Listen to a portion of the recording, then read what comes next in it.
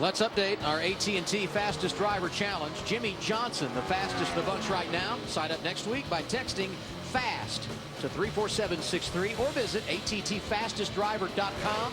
Brought to you by the nation's largest 4G network, AT&T. Rethink possible. Closing on a cycle of green flag pit stops here at the Kentucky Speedway.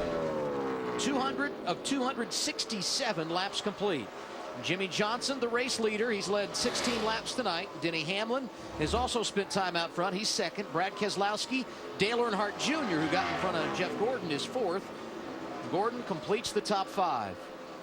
Told you about Kyle Busch's problems. He's still on track in the 6th position. Martin Truex Jr., Carl Edwards, Kevin Harvick, and Greg Biffle are the top 10. In case you're wondering about Kasey Kahne, he continues to climb. He is now 11th. It's quite a night for Rick Hendrick as we begin green flag pit stops at lap 201, Ralph. Well, it's going to be an air pressure adjustment with the right side of Martin Truex's car. Kind of weird that they came diving in here at this time to get this thing fixed up at this point in the race. He's a lot tighter, so they can make that air pressure adjustment, Marty. Dale Earnhardt Jr. putting the left sides on, leaving pit road. It was 4 tires and an air pressure adjustment. Car just a little bit too loose for Junior. Matt. Jeff Gordon lost the 4th position to his teammate Dale Earnhardt Jr. near the end of that run on lap 195 because the car had gone back to the free side. Significant chassis adjustment. He has to slow up just a tick, leaving his box, Marty. Carl Edwards coming to pit road. All these guys pitting right now will be very close to making it to the end of the race on fuel. It'll be a track bar adjustment for Carl Edwards, also a wedge adjustment, trying to get that car a little bit better. Way too tight for Carl. 2 rounds on the wedge adjustment. Ralph. Right side tires, chassis adjustment on the left side for Kasey Kahne. Now they come around, put the lefts on as well. They've got him full of fuel. Look at how they get every last ounce in, and away he goes, Kahne. Yeah, Kasey was a little slow there on that left front. All that ground he had made up on the racetrack, he just gave a little bit of it back. He was coming. I mean, green flag pit stops so many times are where the race is decided because of what you just said, Kyle. And you saw that, and you also saw, as you see the 48 car come in. Go to your lights. Jimmy Johnson giving up the race lead. He'll make his pit stop at lap 205. Matt, here he comes. And trying to capitalize on that impressive qualifying effort where he scored the pole. His crew guys up on the wall. Chad Canals told me he's been so impressed with how this group has grown. At Dover, their average stop was 12.6. Going with another track bar adjustment to keep up with the trends on this. You can see the lights on the helmet for better visibility. 4 tire change. Slow stop. Slow stop. This is not the stop they were hoping for. Luck's on, and he is away. Wow. They left about 3 or 4 seconds on the table right there. And there's 3, as you see this for the lead right here.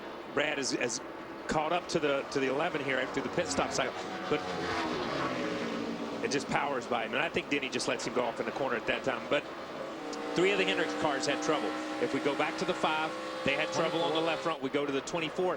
He was waiting on the 13 of Casey Mears. And as he waited, that prolonged his pit stop another couple of seconds. And then we see the 48. So through this cycle of green stops, those 3 cars will change positions. And let's not forget, Marty pointed out the 11 in fuel conservation mode. Perhaps that's the reason the 2 was able to drive by so easily. Yeah, and now we see the 11 coming in. In the middle of a cycle of green flag pit stops, the championship leader is in. Matt, Ralph. Matt Kenseth making his pit stop in the 17 as they go to work on that machine. It's going to be 4 tires for Matt as well. Packing him full of fuel, and away he'll go, Martin.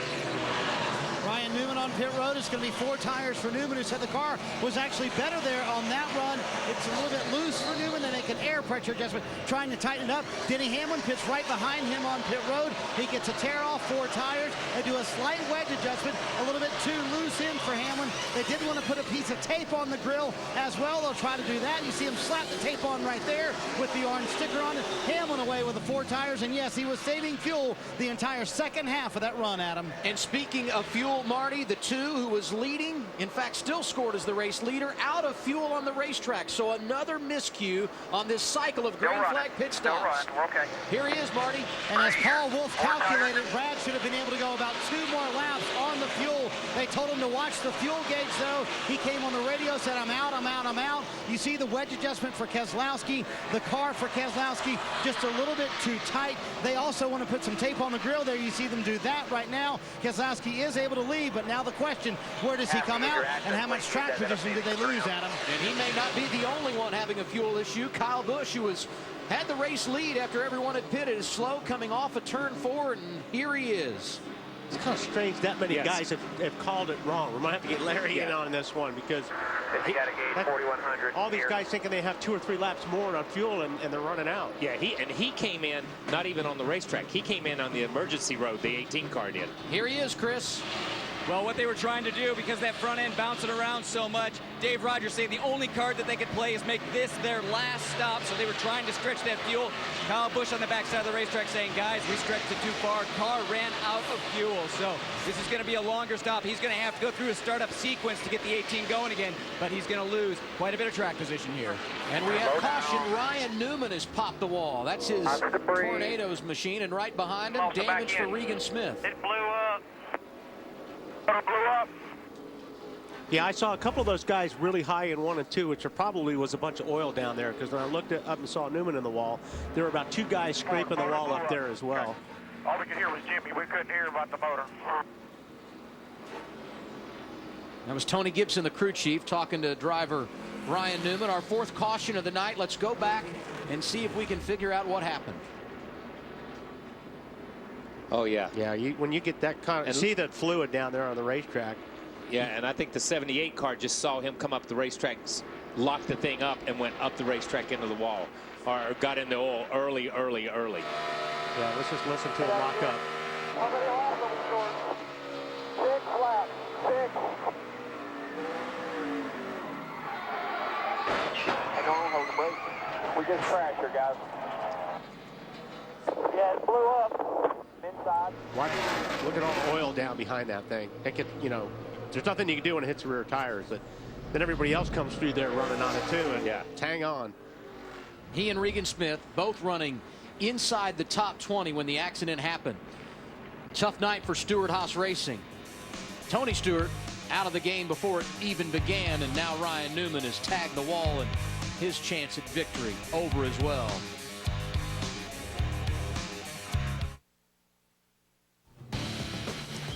Welcome back to Kentucky Speedway. Under caution, and every driver from 5th on back made a pit stop at lap 211 to top off the fuel tank. The top 4 drivers stayed on track. Time now for KFC, fresh off the wire.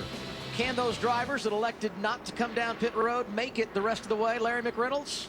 Well, I would be a little concerned, because what they were trying to do, since they had made that stop on lap 150, they were trying to go to about 211 or 212. And right now, when I look at 3 of our top 4 drivers, Denny Hamlin pitted on lap 207.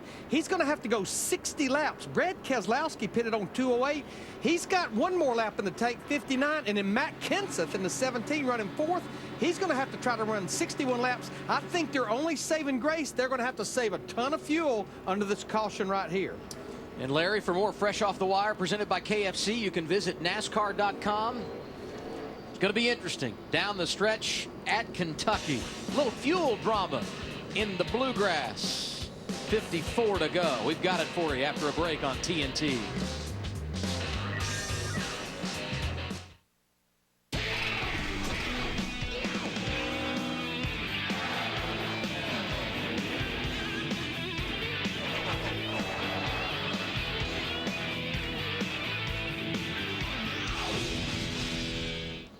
It has been an eventful night at the Kentucky Speedway, and now we have 50 laps remaining. Some big-time question marks in regard to who can make it on fuel. Can't wait to watch the drama unfold. Let's go inside the NASCAR Sprint Cup Series, brought to you by the Sprint Cup mobile app and truly unlimited data on the Sprint network. Today's biggest mover, Carl Edwards, started 25th. He will restart in the 3rd position here. Get live in-car audio and more on the Sprint Cup mobile Android app, only from Sprint. Learn more at sprint.com/speed. Brad Keselowski is the race leader, and restarting right behind him, Denny Hamlin. Some interesting words on his radio under caution a couple of moments ago. Based on what we got that last run there, I'm going to say we're right at 3 right now. So the cautions, that's going to put us about 1.5. So you're probably going to have to do that same deal again, giving us the lights. I could get you more. We ran out right as I picked up the throttle in 2 and took up the pit road with able to use throttle. Guys, to translate all of that, Denny Hamlin will have to save a little bit of fuel at the end of this run, so rolling out of the throttle a little bit earlier than he would like. In terms of Brad Keselowski, I just talked to Paul Wolf. He told him he can run as hard as he wants this entire run, so Keselowski supposedly okay to the end. Hamlin will have to save a little bit to make it to the end, Adam. And that's what's going to make the difference on this race right now is the guys that are close on fuel that have to roll out. You roll out of the throttle, and you're done if you're racing against a guy that doesn't have to roll out of the throttle and save fuel. Yeah, and yeah, okay, you're saying Keselowski doesn't have to roll out of the throttle. We know that Jimmy Johnson and Dale Earnhardt Jr. doesn't have to roll out of the throttle. They're going to be coming hard.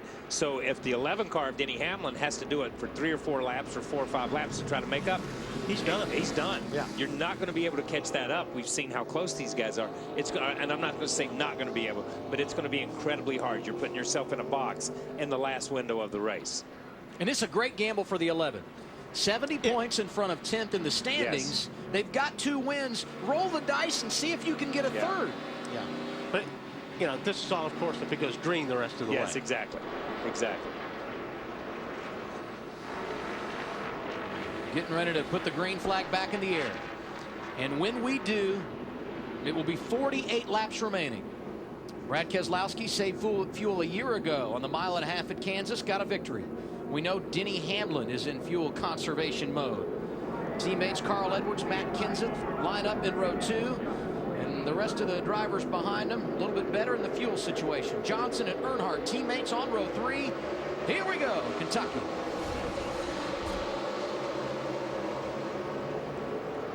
Levin's already saving fuel. Yeah. He's getting passed on both sides. Oh, and he's right in the groove where they put the stay dry down, which makes it a little bit tougher right there. It's going to be interesting to see now that a lot of these guys have track position, like Kenseth and Edwards is up there now, and some of these guys that have been kind of just biding their time.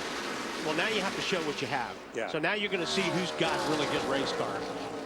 I'm going to tell you what, you give Brad Keselowski a sniff at the checkered flag and a clear racetrack on a restart, knowing he's not saving fuel, according to what they're telling us from the pits. And don't forget how good Johnson was, but Johnson just took a slide for life up there in 1 and 2.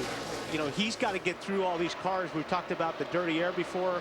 He was really good out front, but he's got to work his way through this traffic now. But boy, he slides again, so he's big time loose right now. And they got an issue because that thing is taking off in both corners now. And he just lost a ton of track position right there. Might have a tire going down. Hendrick car's looking good tonight, but Johnson going in the wrong direction, Matt. And he thinks he has a problem on the 48, possibly a tire going down. Jimmy had restarted in the 5th position. Like Kyle touched on, they were close, but they felt like they were going to be able to save enough. He's going back and forth trying to see if maybe he got the speedy dry on his tires or picked up some of the rubber on the racetrack. Right now, though, he's on the bottom, possibly going to hit pit road. Meanwhile, his teammate Jeff Gordon, he was right on the money, too. He was told by Alan Gustafson, we should be okay. Go ahead and go for it. Let's try to get ourselves a good finish.